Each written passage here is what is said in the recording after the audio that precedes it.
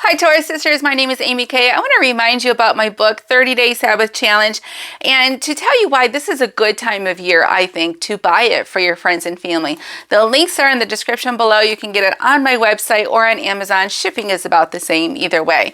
So this is a 30-day Sabbath challenge. Every day, the reader will start on a Sunday. They read a Bible verse and then a really short, like 2 or 3, a 5-minute read about how to keep Sabbath, something about what Sabbath means or how to do it based on the scripture. This all is surrounded and hangs on scripture.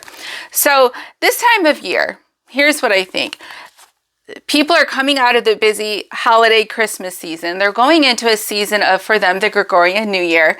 And for a lot of people in our culture, that's to them a season of renewal, refreshing, starting over, fresh starts, whatever you want to call it. And some of us also used to make New Year's resolutions.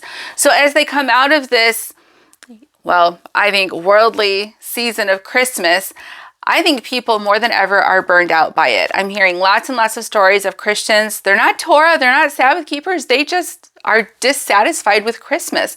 They see some of where it comes from, and they see the materialism and the worldliness of it, and they just don't do it.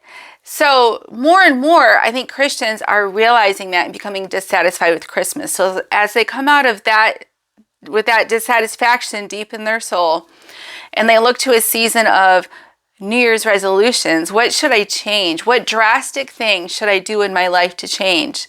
I think we know the answer is the Sabbath. That's what they should probably start with changing. I mean, there's probably other stuff too, but the Sabbath is the answer to so many of their problems. It will help them to not spend money 1/7 of the week, so it'll help fix some of their money problems. It will help their relationships with God and the relationships with their families, most importantly. So this book now is a really good time because they might be up for a challenge. They might be up right now thinking more than they do throughout the rest of the year about making a big change in their lives. And you can tell them, this change that I made in my life by keeping Sabbath made my life so much better. It improves. Tell them the perks. Now, don't get too preachy at them. Some people don't want to be talked at with their face to face, especially if you tried that ad nauseum. That's why a little book to just hand to them is a good thing. And don't bug them. Whether or not they do it is between them and God. All you can do is give it to them. And of course, the scriptures are the most important. But maybe they'll read it the first time. And I'm already hearing stories of people starting to keep Sabbath God's way after reading the book. And what I'm hearing is some of them just start reading without implementing, but then part way or at some point or by the end of the book, then they're convinced. And so they go back to the beginning and they start with the implementation. Great. Everybody's going to do this. And we all even came to Sabbath and to Torah the way the Father showed us. And it's a different story for everyone. But if you're looking for a tool to hand to people that's not real preachy, it's not high-level apologetics, this book focuses on the goodness of Sabbath, the blessings that will come when you align your week God's way.